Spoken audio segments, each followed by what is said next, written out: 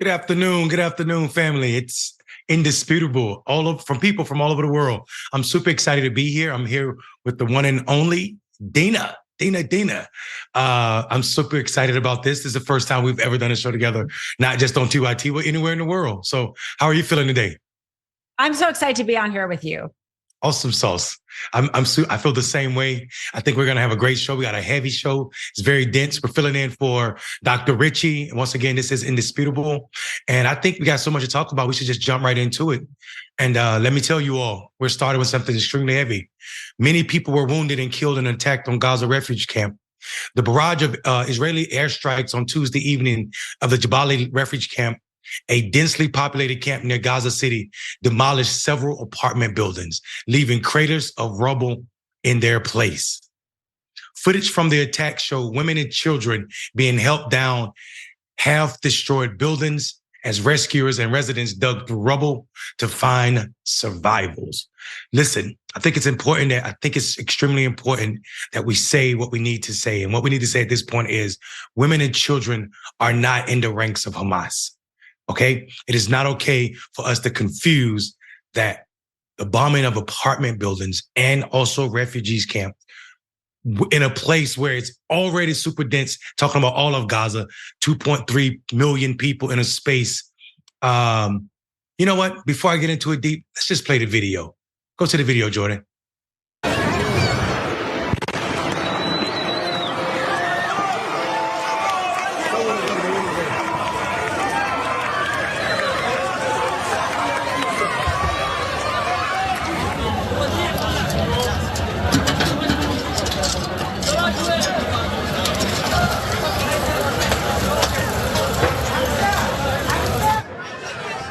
الأطفال في حالة هلع شديد. في بيوت آمنين، في بيوت تم قصفهم جميعا، في بيوت آمنين. أطفال كلهم شهداء، أطفال وشيوخ ونساء. يعني نحن مش عارفين عن كل الدنيا صباح نقف معاهم كلهم شباب متطوعين، كلهم نزلوا شادوا ايدهم على بعض عشان بس يساعدوا الناس.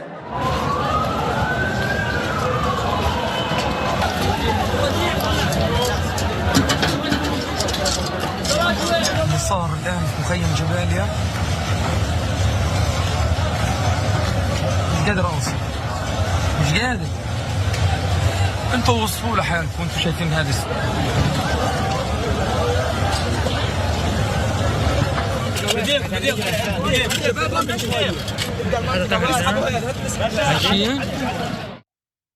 This is not Hollywood, people.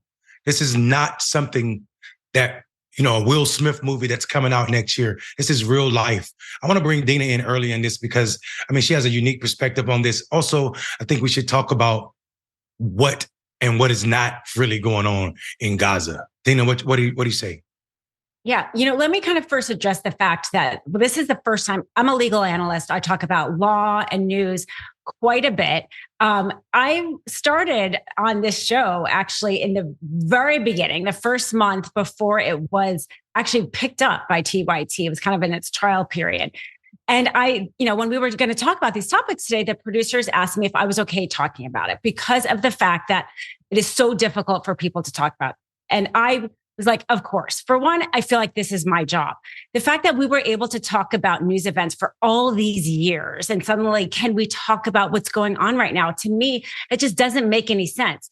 And if you and I, who sit here in such privilege of safety, cannot talk about this, then what's the point of us?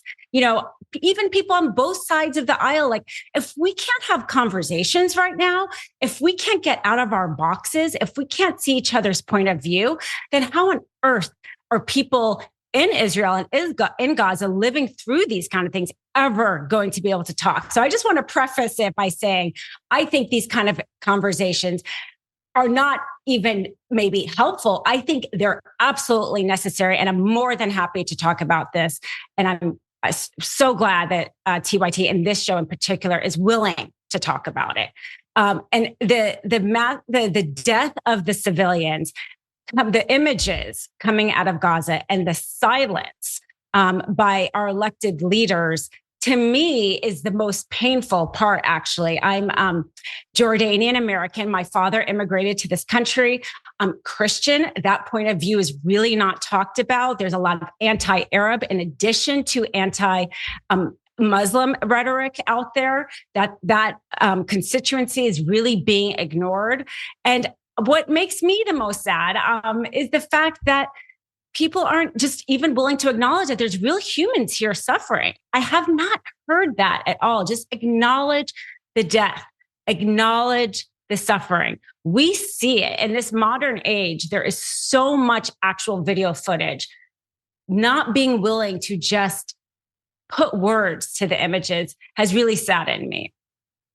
Yeah, and I think it's important that you said that, because I think what's missing is the human component to all of this, right? There's this idea that we keep hearing people diminish the lives lost on the Gaza side of the wall, because they keep saying, "Oh, those are numbers from Hamas health ministry." Hamas health ministry is not the only people quoting these death numbers, right? We see from different other avenues, and also the account from people's cell phone and media coverage from other places, not on our media most of the time, on mainstream media in America. We're not hearing about that, but we keep hearing about that deadly day on October 7th, as we should, because it's important to recognize that something happened for sure, and people were murdered for real. That is factual. But to otherize the people in Palestine, the people in Gaza, to the point where we can't see them beyond the Hamas flag, is what I think allows for America to be comfortable with the way this war is being covered. And people are comfortable not talking about the fact that so many Palestinians are being bombed daily. There have been more bombs dropped on Palestine in the last 3 weeks than we dropped in a year in Afghanistan. And I say that every chance I get, because I need people to recognize, one, how small the space Gaza is, and two, how big Afghanistan is, and how dense Palestine is. You're gonna kill people. And now I'm talking about civilians are gonna be killed. It's inevitable. And then when you're talking about bringing ground troops in, you're stretching it to a point where you are asking for civilian death to be exploded upon, no pun intended. And I think we're not being good allies to Israel or anybody else when we sit silent and allow for a government, talking about Ben Netanyahu's government, to carry on in this manner, where it seems that they're silly just trying to destroy all of Gaza.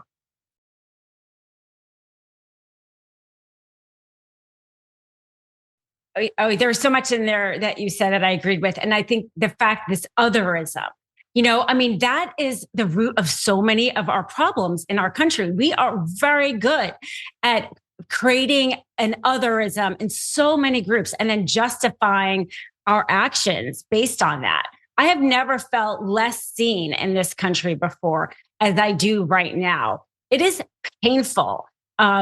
And I'm certainly not the only one feeling this. And it's, to your point, it's not about saying that Israeli civilian lives don't matter, because absolutely they do.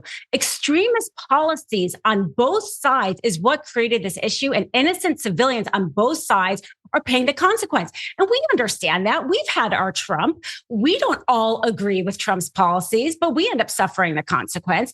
But this dehumanization and this inability to see Palestinian lives as actual lives, the Jordanian king really, I thought, articulated that so well.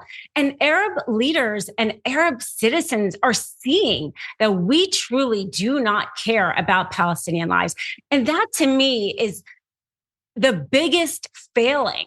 If we even spoke up more and said, civilians, we see their suffering, we see their pain, we care about their lives, like just a simple statement like that. And we don't see it. And that echoes very loudly. It absolutely does. And also, not only not seeing it, the fact that we can call out international crimes against Israel and not Palestine speaks to where our flaws are and how we can't be taken serious. Here's some more details from Al Jazeera. The Minister of Health in Gaza said more than 50 people were killed in the attack and 150 wounded. The Indonesian hospital where most of the victims were taken confirmed that more than 50 people were killed.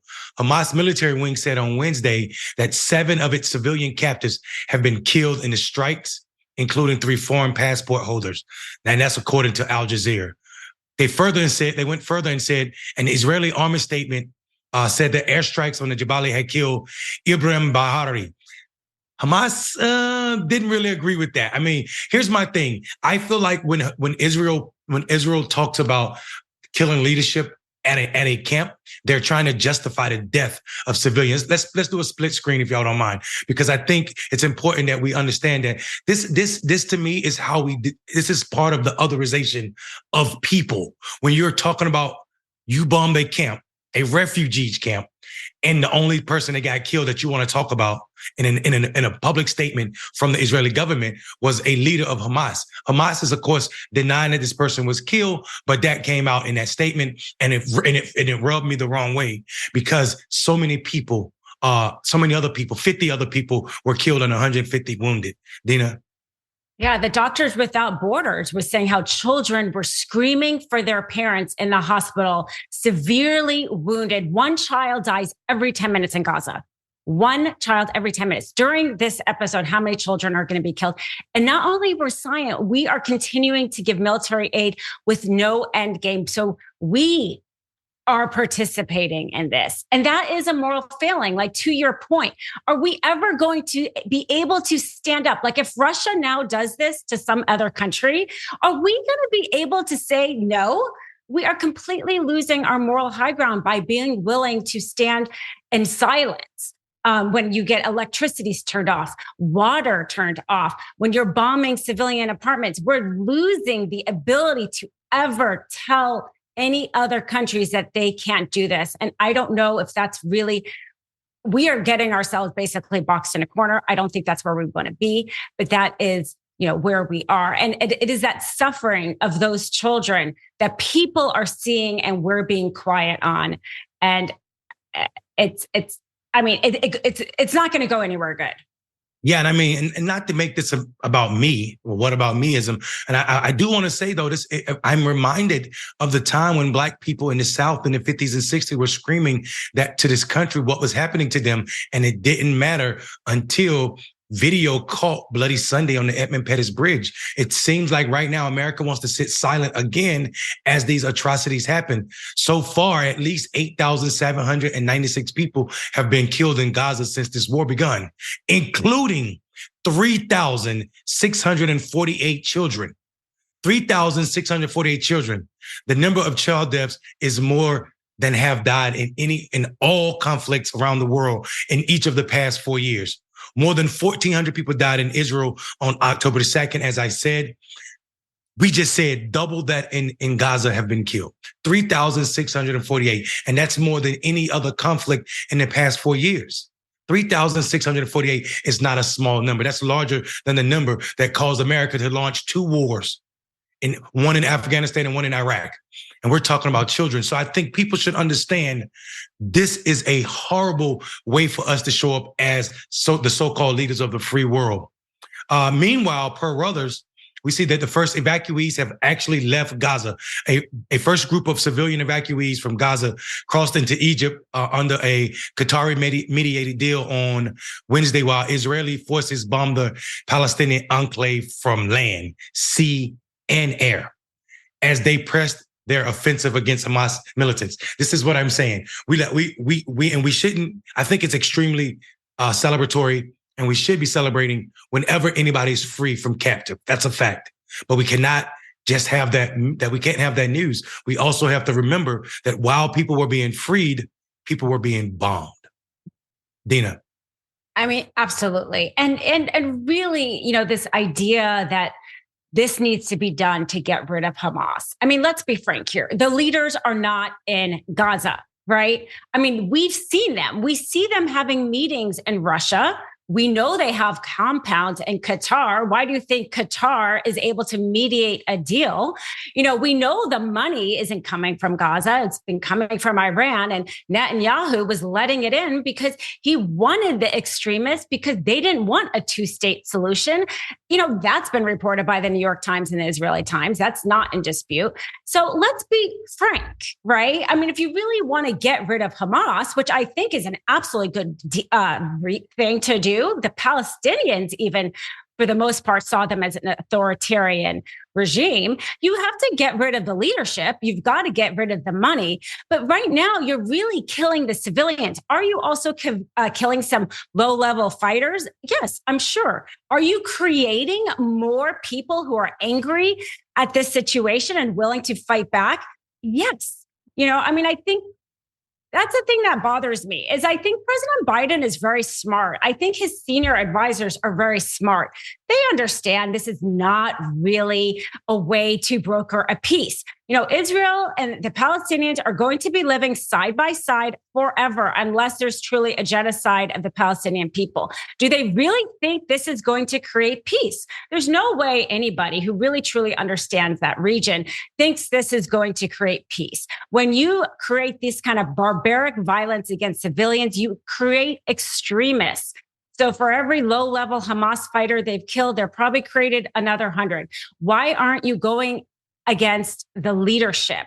Why are you killing the civilians? And yes, maybe you're killing some fighters along the way, but when you're doing it with so much hatred, you are going to get people who hate you in return. And that's what we really need to stop here. We have to get back to the humanity. We've got to get back to some sort of civility. And we in the United States need to lead like that in order for that to happen at all. And if we're not willing to, it's not going to happen. Yeah, I think that's said perfectly, and I don't need to mansplain it beyond that point. That is absolutely factual. That we can't assume. And I heard people say, and I hear people say, "What is Israel to do?" And I think Israel is to recognize, and I think we should say, yes, they have a right to protect themselves. But what's happening right now is this is beyond protecting yourself. This is about destroying an entire nation or a space. Gaza is being bombed to the point of no recognition or nothing, no infrastructure. This is not about protecting yourself at this point. This is about destroying people.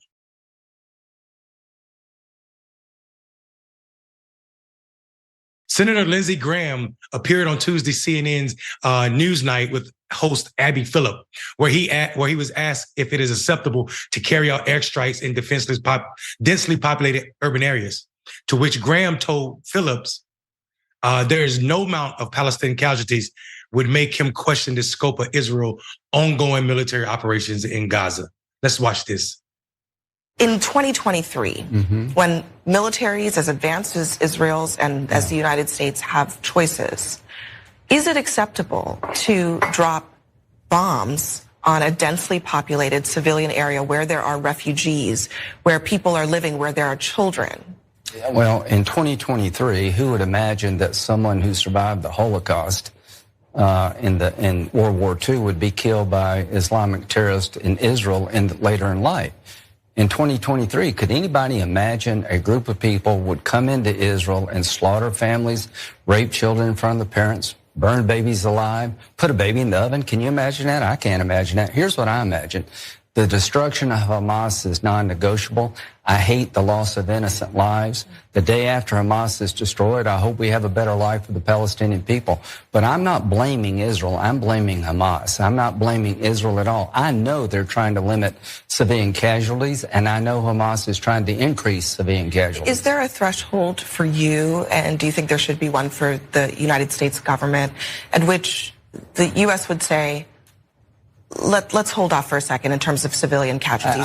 Is there a point at which you would start to question? No, if somebody asked us after World War II, is there a limit what you would do to make sure that Japan and Germany don't conquer the world? Is there any limit what Israel should do to the people who are trying to slaughter the Jews? The answer is no. This is the convoluting of conversations, Dina. This idea that he said there's no limit, that it is what Israel should do to the people that are trying to slaughter Jews. The people that are being bombed, the 3,600 kids that have been killed are not bombing Jews. They're not killing Jews. And this is the convoluting that, Americans, and in this particular case, Lindsey Graham, is capable of doing and forgetting about the facts in this case. This is absolutely disgusting to me. I can't believe that he is so proud and to even bring up what we did in Japan, where we dropped nuclear bombs in Nagasaki and also Hiroshima. 2 civilian spaces, might I add. These are not military bases that we bombed. We bombed civilian people with nuclear weapons. And I can say that as a Marine who was stationed 30 miles outside of Hiroshima in Iwakuni. And I saw the devastation that has not been corrected. And I'm talking about the devastation of people's soul and how you ruin families when you bomb them to that point. I think this is, it shows, I already knew that this guy didn't have a spine when he allowed Donald Trump to talk about John McCain in the way he did and didn't stand up for this guy who was supposed to be his best friend. So what do you think of Lindsey Graham's comments, and tell me how disgusted you are with them? I mean, like you said, it's almost consistent. He's really, really good at that othering and really not caring about people. And, I think that when somebody shows you who they are, believe it. I mean, there's this outrage. Why are the pro-Palestinian supporters talking about accusing Israel of wanting to commit genocide? Well, you hear somebody like that saying there's no limit to the killing. What does that mean other than genocide? And if you don't mean that, well, maybe you should say that. And this is the problem here is nobody here in this country is addressing that the civilians. There's a child who was interviewed, and she said to a reporter in Gaza, a child in Gaza, said, "We are overpaying for a sin we did not commit."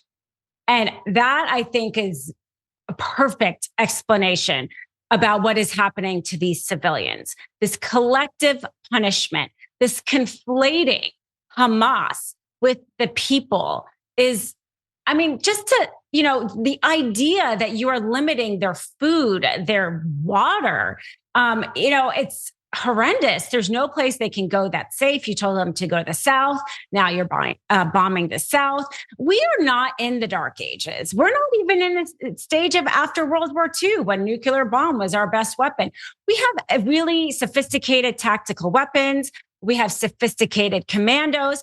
Why are we not why are we not asking Israel to use those kind of weapons? I mean, if the Hamas is mostly in the tunnels, why are they not going in and just bombing the tunnels? Why are you bombing the hospitals? Why are you bombing the Christian church, the Orthodox Christian church that was bombed? The third oldest church in the world was around for 1,600 years, and was bombed by this. Why are they not using the more sophisticated intelligence they have, the more sophisticated weapon you have? And that's why there are so many people who think that the reason is actually wanting to kill more Palestinians and kill more genocide. And I'm not in a position to know whether or not that's true or not. But when you see so many civilians being killed, and then you hear Lindsey Graham really saying he's fine with killing all of them, that's what no limit means. Then the people calling it a genocide don't sound so unreasonable anymore. Especially when there are people leading the Israeli government who have been criminally convicted in Israel for spreading hate speech about Palestine, and on record saying Israelis have Gazan Palestinians have no rights that him and his wife and his children are obligated to respect. When you couple these 3 things and seeing that this person is controlling the military, we are left to think about that and in a real way. And also, I would say, when we're talking about the cost, the toll, we see, I have to go back to this. When you're talking about children, it's important that we're saying children. Since October the 2nd, more than 3,648 children have been reported killed, according to the Ministry of Health in Gaza and Israeli, respectively. The number of children reported killed in just 3 weeks in Gaza is more than the number killed in any armed conflict globally across more than 20 countries. Did we hear that? And this is according to Save the Children International. More in this one space that's the size of Detroit. They have the hurt. They have the cost of owning the space that 3,600 kids have been killed. That's more than 20 countries across the world, a space the size of Detroit. What does that do to a community? How do you rebound? When we're thinking about that, children make up more than 40% of the 8,796 people killed in Gaza, and more than a third of all fatalities across the occupied Palestinian territories in Israel, with a further 1,000 children reported missing in Gaza, assumed buried under the rubble. The death toll is likely much higher. Again, that is according to a press release by Save the Children. Dina, I'll let you have the last word on this because it's a bit rough. I mean, the death toll, Biden tried to walk away from it and say he didn't know how reputable it was. The UN has said that it is most likely much higher because they haven't counted people in the rubble. And that, to me, what Biden said was almost one of the most upsetting things. Like, I get he's going to maybe be pro-military, but to not even acknowledge the people who have died is that classic dehumanization. I think to start a conversation about what peace looks like in that region, we have to actually start with recognizing the humanity of all the civilians in that region. And we aren't even close to recognizing the humanity of the Palestinians. The fact that Biden could say that he couldn't know whether or not that was the real death toll, when we have seen how many bombs, like you said, in a small space like Detroit, they bombed. I mean, in the first 10 days, the number of bombs that was dropped in Gaza equaled the number of bombs that Russia dropped on Ukraine in a year. So we are not surprised about the Palestinian civil toll. We agree, the UN, that it's probably much larger. And for him to walk away from that, I thought was a classic dehumanization technique. And sadly, that's the conversation we need to be having, is recognizing, just starting by recognizing the suffering, the humanity of the Palestinian people. And maybe then people like me can feel like they can be seen in this country. Yeah, and we should also say that, again, supporting Israelis' right to life, and also Palestinians' right to life, and not putting one over the other does not make us anti-Semitic. Right. We also recognize, we should be obligated to recognize that the Semitic people are both of these people. And it is anti-Semitic to talk about Hamas as if they equate to all of Gaza, all of the people in Gaza. So I think that is an important statement to make as we close it out.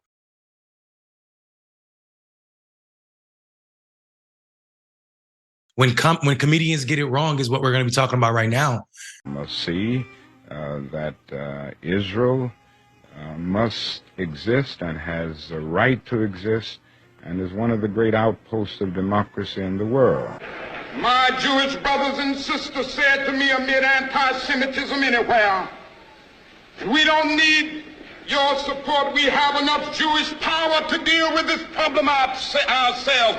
I would still take a stand against anti-Semitism because it's wrong, it's unjust, and it's evil. If my Catholic brothers and sisters said to me, amid bigotry toward Catholics, we don't need your support in this because we have enough Catholic power to deal with it, I would still take a stand against bigotry toward Catholics because it is wrong, it is evil, and it is unjust. So Bernice King, who is the daughter of Martin Luther King, clapped back at Amy Schumer after she put a tweet up saying, after Schumer shared a clip on X of Martin Luther King Jr. denouncing anti-Semitism and defending Israel's right to exist, his daughter Bernice King took to the social media platform to clarify her father would also have backed a ceasefire if he were alive today. Addressing Schumer directly, King wrote Tuesday night, quote, this is my quote from her tweet. Certainly, my father was against anti-Semitism, as am I. He also believed militarism, along with racism and poverty, to be among the interconnected triple evils. I am certain he would have called for Israel's bombing of Palestine to cease, for hostages to be released, and for us to work for true peace, which includes justice. He said justice is at its best love, correcting everything that stands against love. We have much to correct. And that is, again, Dr. Bernice King. Listen, I appreciate, Dina, I appreciate Bernice King's comment, as I do a lot of the times, and mainly because what I know is, as a person who spent a lot of time studying Black history, specifically those who fought to get us free, I always am baffled at how white Americans will quote small parts of Dr. King. They do the same thing with the Bible, telling Black people that you're supposed to obey your slave masters when they were slaves. They would take and pick and choose, cherry pick is what my grandma would say, cherry pick what they want to be used to benefit them, and not understand to use Dr. King's word, a pacifist, a lifelong pacifist, words to support a war was absolutely disrespectful to this man's legacy. Dina, what are your points on that? Here's when somebody starts talking about this conflict in terms of it being either anti-Semitic or, Islamophobic. This is why in the beginning, I actually talked about my Christianity, because I think it almost feeds into the narrative that this is a war over God. And they completely forget that Palestinians include Christians also. This is a war about territory. And so I think that all these organizations that put out statements and were against anti-Semitic and Islamophobic, but they fail to say anti-Arab or anti-Palestinian. They just assume all Palestinians are Muslim, and that feeds into this being a war around God. It's a war around religion. This is not about God. This is not about religion. This is about land and people claiming that they have a right to live in this land on all sides. And that is what this dispute is about. And to your point, Nelson Mandela, he said the work was not done until Palestinian was free. He really saw an affinity with Palestinian people because the colonization of the British of Palestine was around the same times of South Africa. And he really understood the apartheid as being a similar situation as South Africa. So I think that, Amy Schumer has had quite a lot of bad posts around this. Actually, some really blatant anti-Palestinian posts around this. So I'm kind of not surprised that she cherry-picked this. But anyway, my mission is for people to realize, again, this is not a war about God, and that partly it's because Palestinians contain people of many different religions. And I think that's a powerful statement. And you know what? I think I'm also guilty of falling into that trap. And I appreciate you pointing that out. I also, as a person who went to divinity school at Wake Forest Baptist, it's also on my heart to remind people that Jesus was a Palestinian Jew. Right. We're talking about it. And I think people don't consider that a lot of the time when we're talking about how diverse this region is and who has claims to that land. So I appreciate that. But Dr. King wasn't done there. She went on to say that I encourage you to read, talking to Amy, where do we go from here? Chaos or community? I mourn with all who are mourning. I know that we can't afford to diminish and dehumanize each other if we are truly to commit to ridding humanity of the triple evils and to freedom from oppression to all. Freedom from oppression to all. Excuse me about that tongue tie. I think that is an important statement to mention because, the oppression is what you were talking about when we're talking about colonization and how Nelson Mandela could be in South Africa and feel the pain that Palestinian people were going through because it was familiar.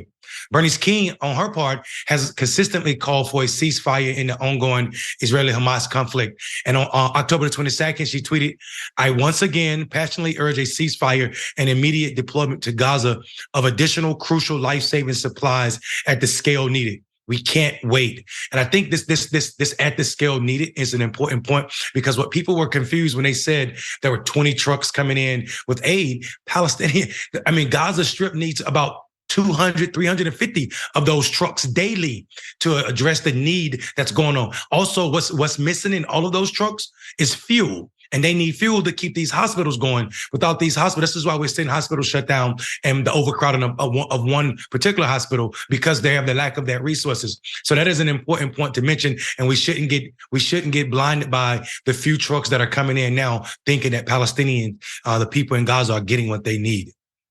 I'm so glad. Sarah, I just wanted to jump in. I'm so glad you brought up that point because that has actually been really bothering me. The media really has been talking about humanitarian aid going in. But because this blockade has been there for over a decade, 400 to 500 trucks a day went in with humanitarian aid from the UN before October 7th, 400 to 500 trucks. But when they're letting in 20 trucks, after all of this, we are talking about a trickle of the aid that they need.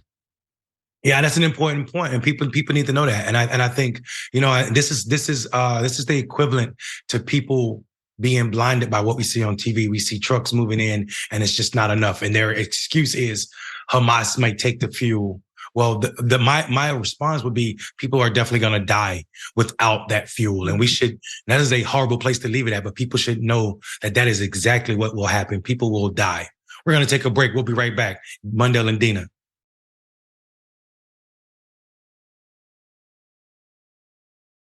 We're back, Dina and Mondale. We're going to, as you already know, read some viewer comments over on TYT members on TYT.com. Civitas Vox said, World War II is the model. What an insane statement. I mean, really, how are you talking about what we did to Japan? It's absolutely ridiculous. It's absolutely ridiculous. I appreciate that comment. Staying over here, over on TYT members, this is referring to Bernice King's clapback. I'm glad Bernice King publicly scolded Schumer. Schumer deserved it. I only hope it makes her reflect on the stance she's been taking. I don't think so. Schumer's been extremely proud in her anti-Palestinian stance. It is not to say that you do not like Jews if you stand up for the life that's being lost in Palestine.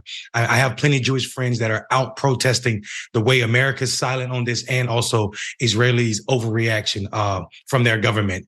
Plus, we're talking about Benjamin Netanyahu, who was already a problem for plenty Jews.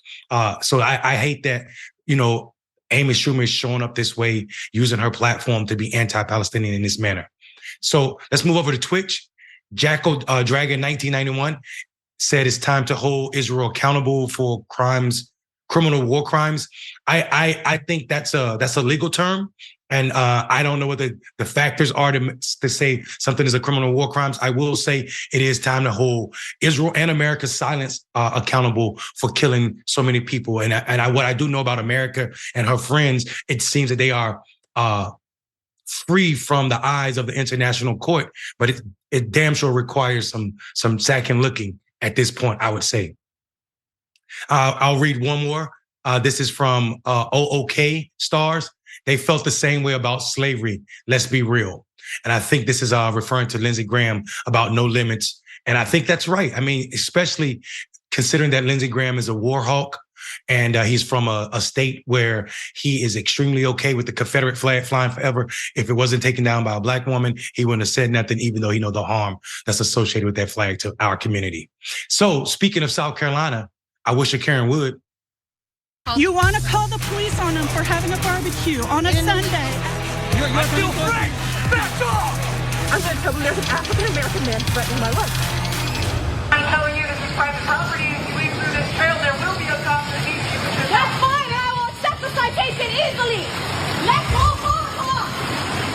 Call them. You're gonna call them for me taking care of the item? You're strange. Ayaw, hikabalale, hinaloyo, balabala, kipaha. No, it's because you were told not to trespass. You did it anyway. No, you cannot stop us if our intention is to right. Ayaw, hikabalale, hinaloyo, balabala, kipaha.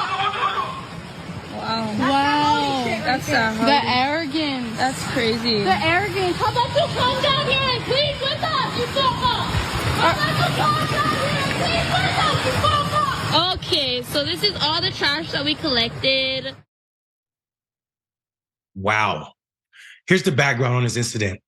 The 1-acre property in Kalihi Valley is home to numerous streams and ponds that people like to visit. The incident was caught on camera in the video. It appears to show a property manager using a bullhorn to tell a group of people, we should say a group of Native people, that were trespassing on private property. The group says they were cleaning up the area, and he started yelling back. They started yelling back in Oahu, Hawaii. Landowner Mike Strata said he was not on the property at the time of the incident. It does sadden him, according to the owner. He said, Strata took ownership of the land in 2015 and had been working for years to clean up the area. He says the reason access has been limited is due to safety. Someone died over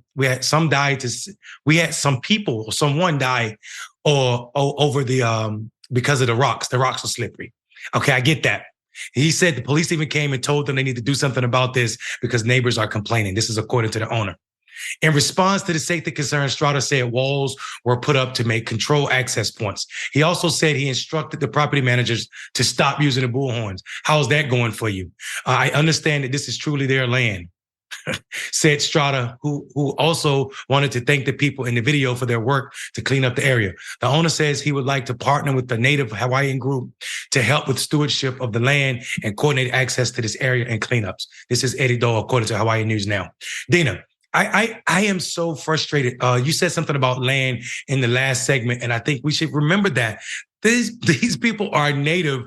This space has been sacred to them, is sacred to them, and they're cleaning up waterways.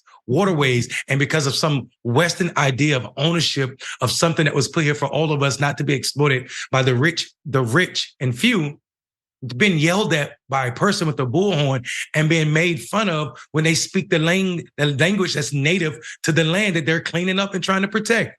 What say you? I say, unfortunately, we do this way too much. We could get like an A+ if this were a course, because there's Western belief that we somehow kind of were better than.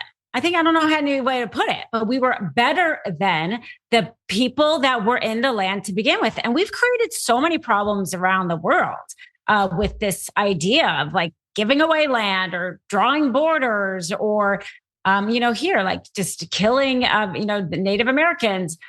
They're in Hawaii, just disrespecting and treating somebody, again, like this other, like we've talked about. I think that there is at least an awareness now than there for sure was like a few hundred years ago that this was even wrong, but we still have a long way to go. And why can't we just be equal to other people? Why do we have to feel like we're better than other people?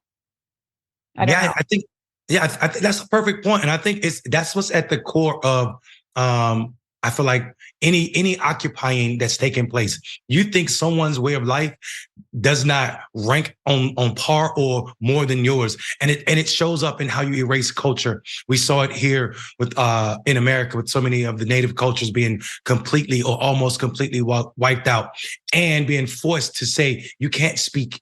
We refuse for you to learn your language. You must focus on what we teach you. And I think that is a real sentiment that we need to deal with.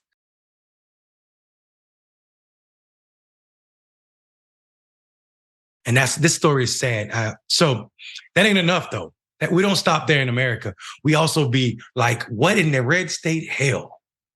You can take a gun, shoot somebody in the face. It's not hard. Sometimes it might even be fun if they're a godless commie. Now, what they're trying to do is sneak the COVID vaccine in your salads. I hate math. Somebody say amen.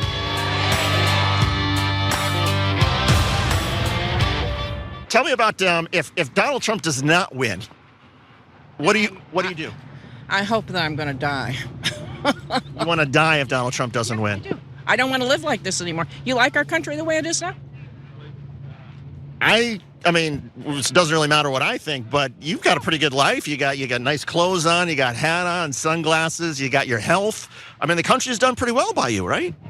No, the country hasn't done anything by me. I've done everything for myself. My husband and I took care of ourselves as we grew older. Now, when we got ready to retire, we had planned what we were going to do. Now, what is the country doing for me now? Do I get any interest on anything that I put away and saved? Well, your money is safe, right? I wouldn't say that. You got access to health care?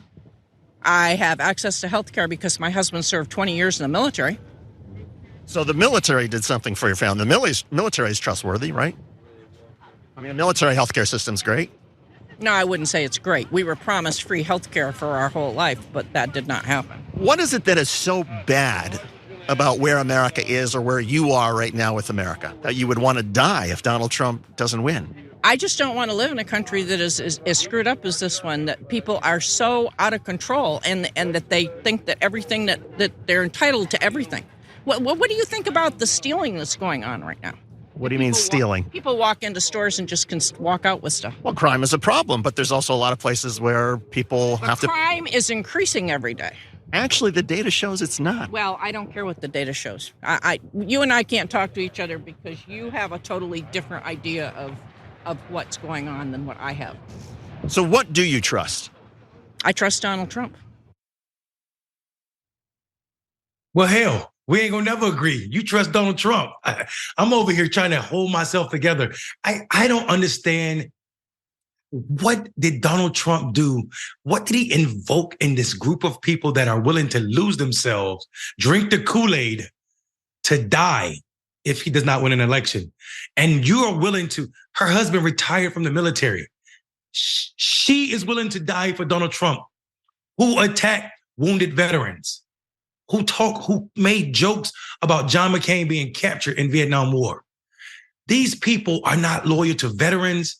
They're not patriots. They don't care about cops, Blue Lives Matter, whatever the saying is. They don't care about anything except for Donald Trump's ability to wake up their whiteness. And we need to be honest about that. So what I just heard was absolutely ridiculous. She has no points worth talking about. The people stealing are not affecting her. The government is not affecting the interest on her money. I don't even know where she's going with that. You didn't invest in the government. You invested in the stock market, I'm assuming. Has nothing to do with the government. Dina, make some sense of this. I don't think we can make sense of it. Yeah, I love it. She got great health care. Guess what? Military is part of the government. I mean, it's just none of it really makes sense. But I think her point when she says at the end is very revealing. She's like, we just can't talk about this because I know something different than you know. And that is, I think, the problem here is everyone's hearing from their own echo chambers. And kind of what I said at the top of this hour, we're not willing to have conversations with the other side. There's this extremist view that we are actually othering the other side. I don't want to do that to even the Trump supporters. I don't want to make them other. I don't want to be better than them. If I do that, we will never get better as a country. We have to start seeing everybody as equal. We have different points of view, but we all have a right to live in this country, free, have our families, good healthcare, good public schools. We're so far apart from that now. It's really disturbing. And I think the other really revealing thing she said was that if it wasn't him that won, and this is the problem with a lot of his supporters, because Ron DeSantis and a lot of the other GOPs are really the same as him in terms of policies. It's this really cult-like, and I hate to use the word cult because I almost feel like I'm othering them, but it's hard else how to describe it because it's like him or nobody. Not, I like his policies and somebody with similar policies I would agree with. It's him. And that adoration for him as a person, even more so than his policies, is something unique to him as a politician, I think. Yeah, I mean, you're spot on, and I don't want to. I hear the idea that we shouldn't be making fun of him. I just don't understand how to interact with people who are not willing to hear facts and be moved. I saw a study a few years back when Donald Trump was running, and when people were talking about the lies of Donald Trump and how they were saying they did a study on Republican brains and Democrat brains and how we see the world and process information completely different.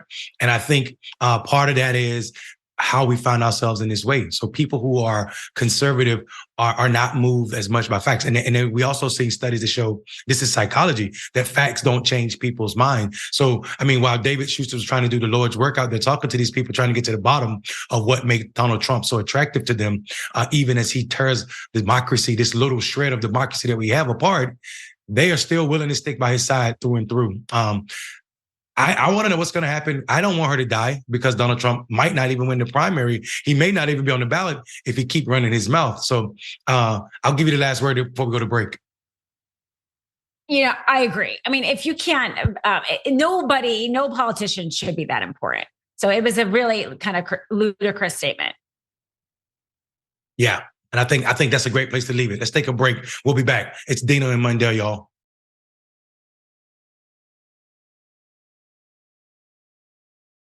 Preacher removed from the pulpit amid abuse investigation. Mike Bickle, the founder of the International House of Prayer of Kansas City, not to be confused with the International House of Pancakes, was temporarily removed from the pulpit over allegations of sexual misconduct by several women within his congregation. A statement issued by three former IHOP KC, again, not IHOP as in the Pancake House, but in this preacher, leader said, a few days ago, we made the leadership team of the International House of Prayer in Kansas City aware of serious allegations spanning several decades concerning its founder, Mike Bickle. The statement said, adding that they found these allegations of clergy sexual abuse by Mike Bickle to be credible and longstanding. This is according to Judy L. Thomas at the Kansas City Star. The men said that prior to meeting with IHOP KC leadership, they tried to bring the allegations and testimony of one alleged victim to Bickle. However, we were repeatedly rebuffed by Mike Bickle and we were refused any sort of meeting, the statement said. Instead, Mike used manipulating and intimidating tactics towards the victims to isolate them and discredit them. Again, that also is from Thomas at the Kansas City Star. More background on Bickle. Bickle is a fringe far-right figure who repeatedly preached that Donald Trump was personally anointed by God to save America. Save same-sex. He said same-sex marriage was a sign of the end of times and blamed Jews for the Holocaust. His group has been condemned by many ex-staffers and past followers of being cult-like. The Kansas City Star could never reach Bickle nor IHOP KC for comment. And that's, of course, according to the Daily Beast and Alex Wynn. Previous controversies involving this organization, IHOP KC made national headlines in 2012 after a follower was found dead in what was ruled a suicide. But after her funeral, a man came forward and said he killed her on the orders of her husband, who led a prayer group whose members lived together. The man was charged with first-degree murder, but later recanted, and the charge was eventually dismissed. And in 2018, a staff member who led an internship program for those 50 and older was accused of sexually abusing a woman at a church in California in the mid-'80s, which the accuser was a teen. Again, that's back to the Kansas City Star and Judy. There's a lot going on here, Dina. I really want to hear your take on this. Back to this cult-like behavior of these pastors who swear that they're doing the Lord's work and bidding for Donald Trump at the same time, and it gets more and more complicated every time they open their mouth. What say you? I mean, sadly, we see a version of this story quite a bit where the person from the pulpit is really extreme, again, against other groups that they don't like. Here, he's anti-Semitic, he's homophobic, and yet behind the scenes, they're doing so much worse, the hypocrisy. I have to say, I think it took real courage for those women to come forward, being part of the congregation. They risk being ostracized from their community, right? I mean, when you're part of a church like that, that becomes your community, maybe even perhaps their family. And yet they were still willing to come forward. I think that takes a tremendous amount of courage, and good on those women for doing that, because they help prevent other women from being in that same situation. I think you're absolutely right. And I think it's funny to me that when people are saying that Trump is anointed by God, it never fails. They always come out and there's some kind of scandal behind them, for that matter. We've seen several of the black pastors for Trump all get embroiled in these type of scandals, because there's no anointing of these politicians, especially not Donald Trump, as he show up in a manner that says he cares nothing about anything except for Donald Trump.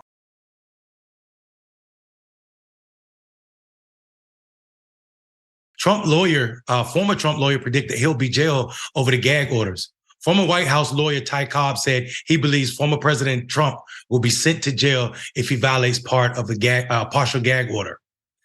Here's what he told CNN.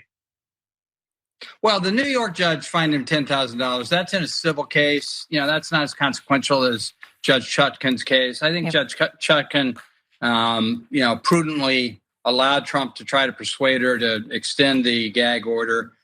She concluded, on the basis of his conduct this week, not to do so. And I think she'll come in with a much heavier penalty. And ultimately, I think he'll, spend a night or a weekend in jail. Wow. I think it's going to take that. I think it will take that to stop him. Yeah, and I think, a mugshot after that ain't going to help him. Dina, what do you think about the implications of this? Hey, let me break this down for your viewers. So because there's so many cases right now and there's different gag orders.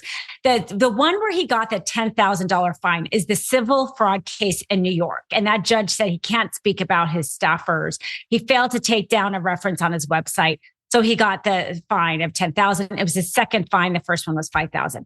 The reason why the lawyer is saying in the Judge Chutkan's case, he thinks he could get jail is because that is the case Jack Smith. It's the election interference case in Washington, D.C., and it is a criminal case. The one he got fined $10,000 is a civil case.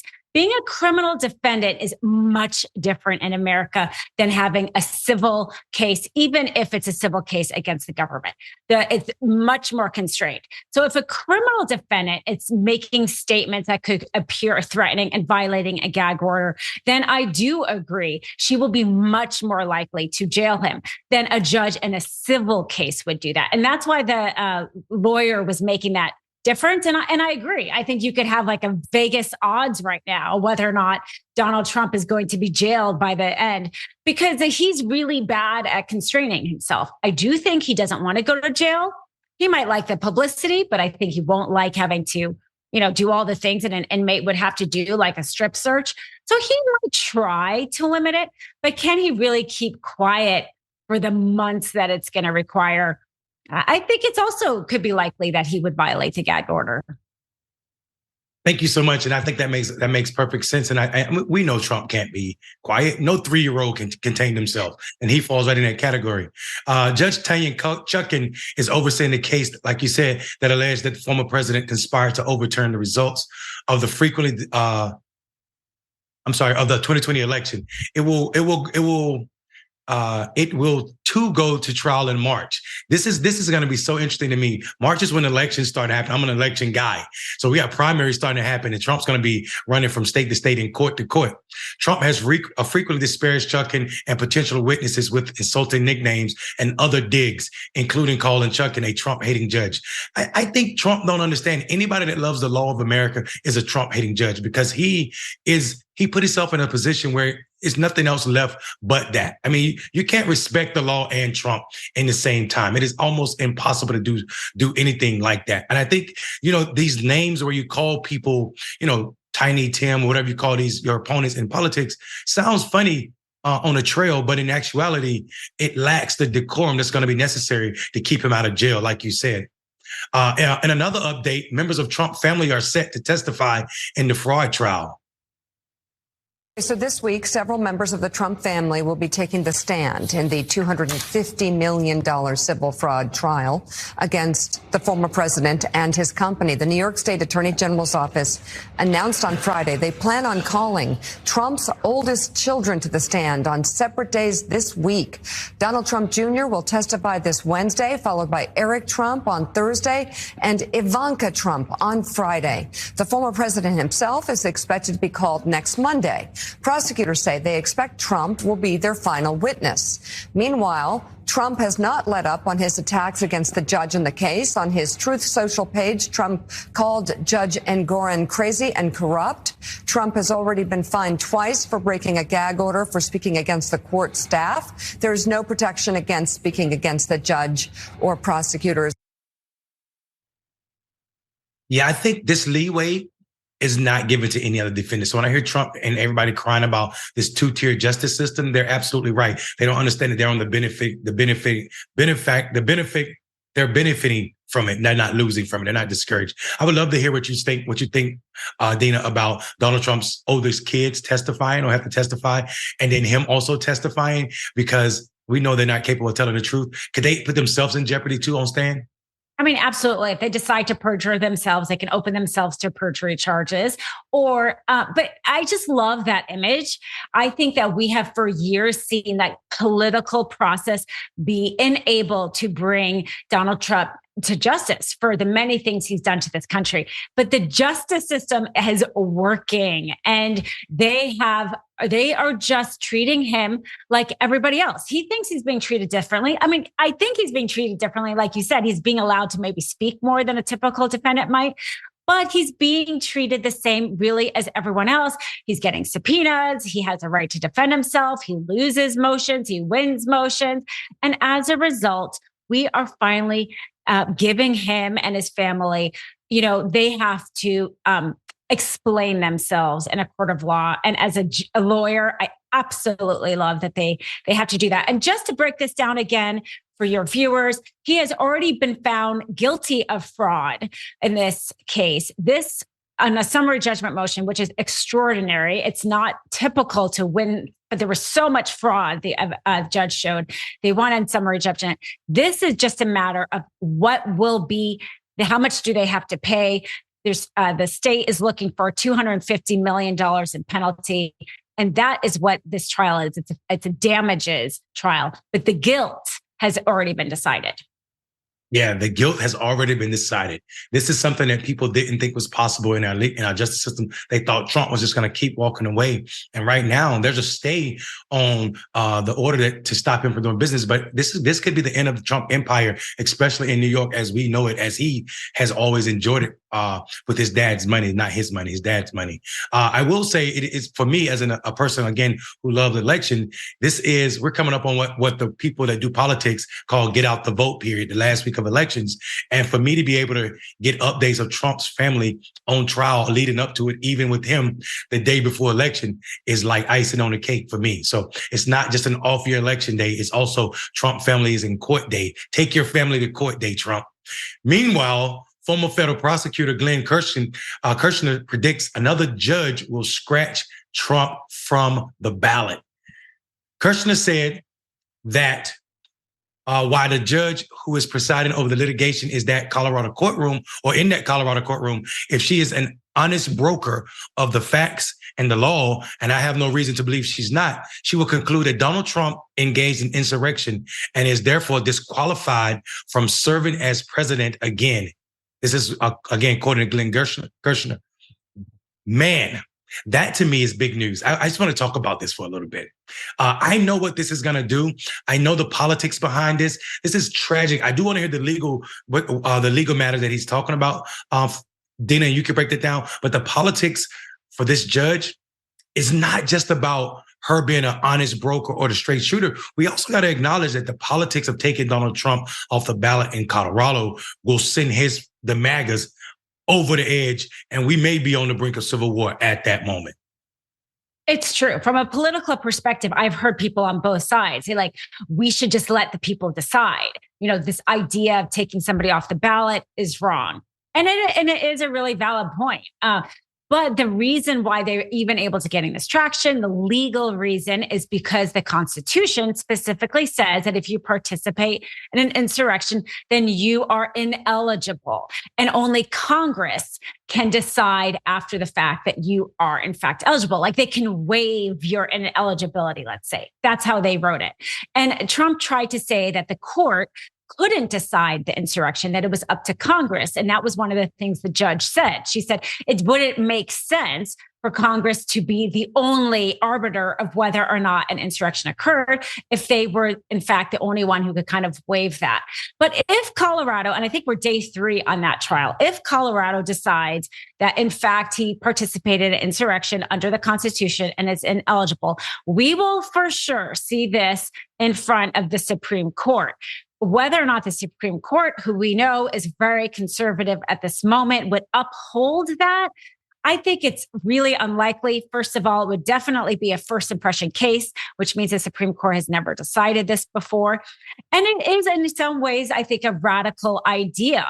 But there is a lot of evidence that shows that he's an insurrectionist.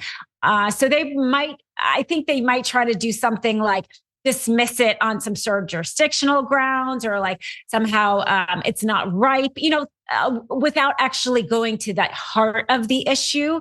The Supreme Court likes to dismiss cases on procedural grounds, let's say. I could very much see that happening.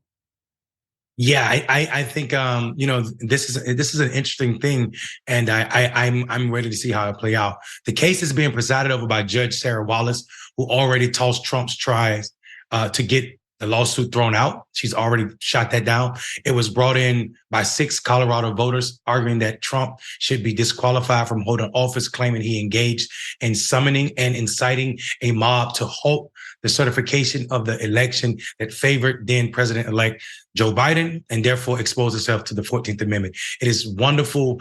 This is what I like about lawyers. When I went to law school, my favorite part was about how lawyers tie in history to what they're saying, because you're speaking to the nature of why the 14th Amendment is pertinent in this case. The 14th Amendment is one of those amendments that are called the Black Amendments, because it was written after slaves was free, and also trying to bring those who seceded, the states who seceded, back into the Union.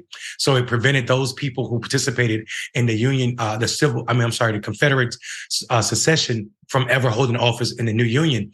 And I think talking about mob and inciting and summoning, these are languages that we can relate to, because we knew what type of behaviors that these people, talking about those who try to split this country in half, were capable of. So I would love for you to close us out on this segment about that, talking about the 14th Amendment and the language used.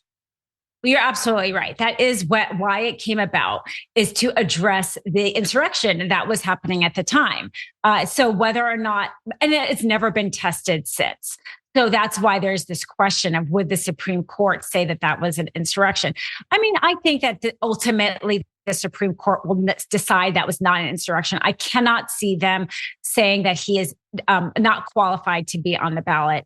I think the best hope, if you don't want him on the ballot, is a conviction. I think he will be convicted on one of his criminal charges in one of these many cases this year. The evidence is overwhelming. We haven't talked about Fani Willis's case in Georgia, but it is a very strong case.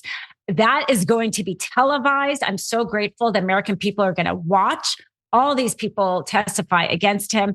And I think he's going to get convicted of one of those charges. And I think that may be a more appropriate way of holding him accountable anyway, than completely just taking him off the ballot. Yeah, I think that's an easier pill to swallow. Like, American people seeing him get convicted, listening and hearing all of these facts played out the way Fannie will, I think will be a better way to take him off the ballot. We're going to go to break. Dina and Mondale filling in for Dr. Richie as I try to figure out the sun as it plays tricks with my light.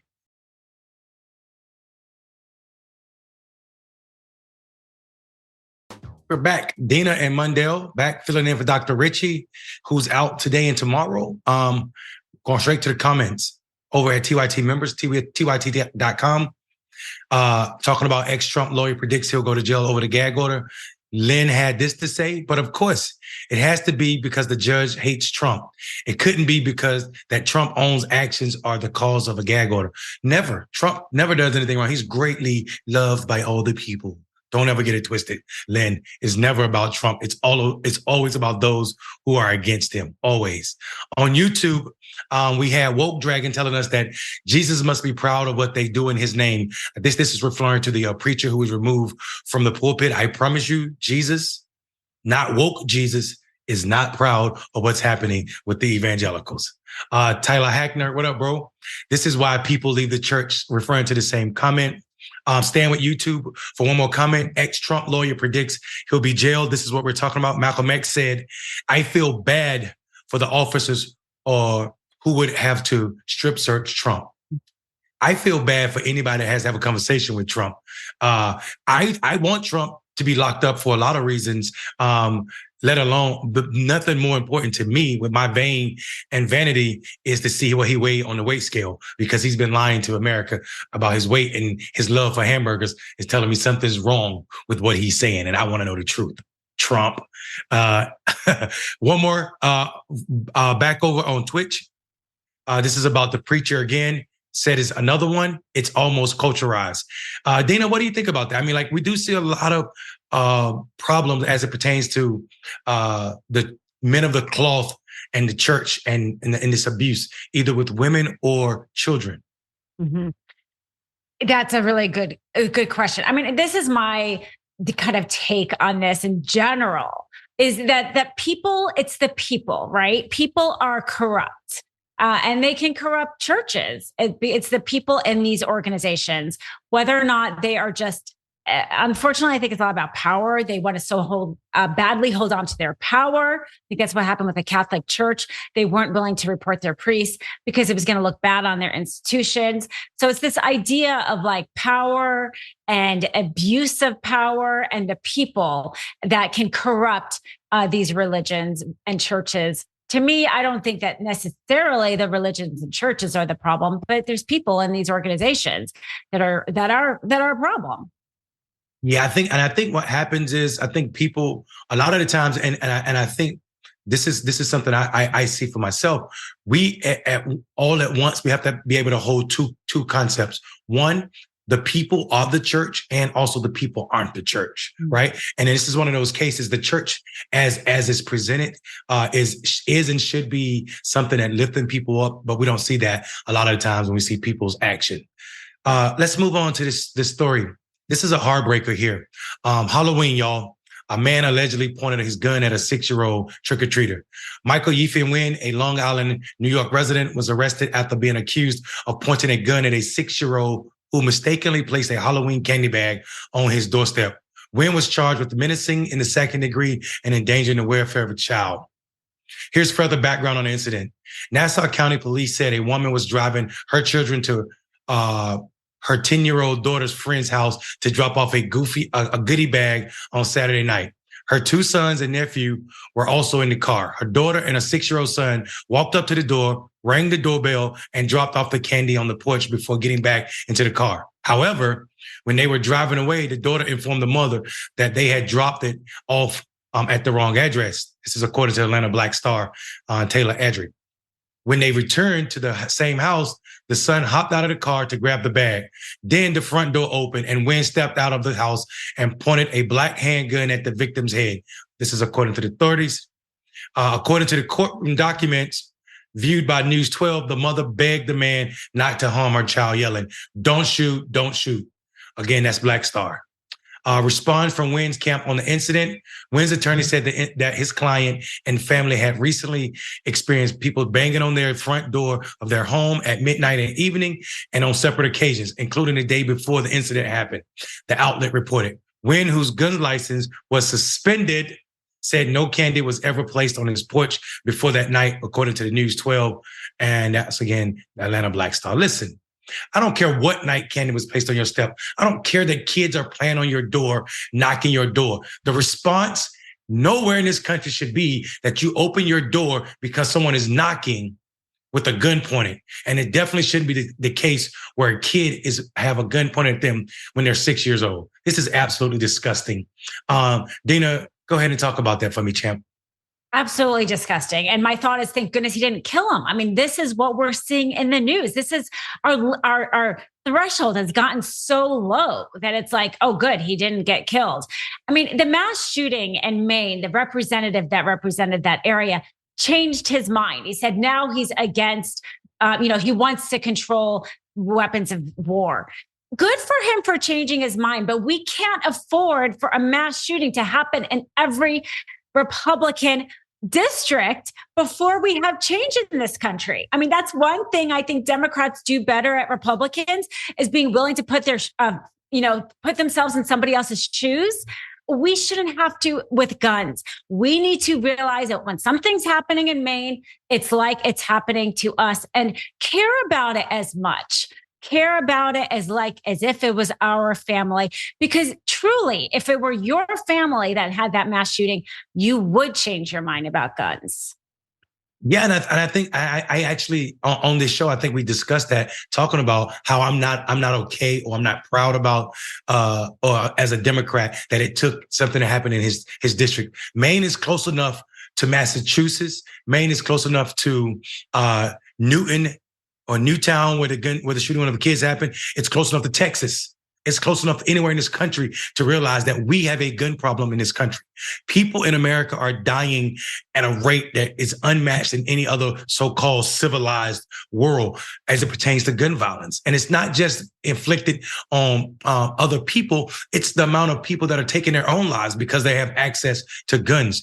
We need to get serious about what what it meant in the Second Amendment time and what it means now to own this many weapons, to have this many guns running free in a country with more than 300 million people. We're asking for the exact results that we are getting. And we know that to be true because it's not happening anywhere else in the world. And people can try to blame it on mental health issues, but America does not have a monopoly on mental health issues, and other countries don't have these problems as it pertains to